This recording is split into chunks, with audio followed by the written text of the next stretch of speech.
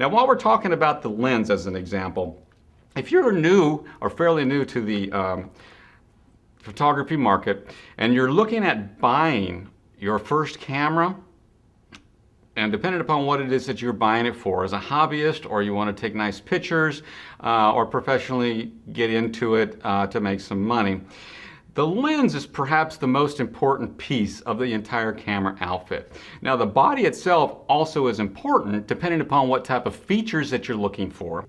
Your whole package together, including the lens, the accessories, the body, your flash units, and anything else that you put into it, all of that together is only going to be as good as the weakest piece of the entire kit.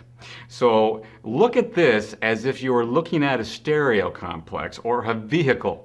Okay, this is the engine. It's only going to go as fast as the engine will allow the car to go.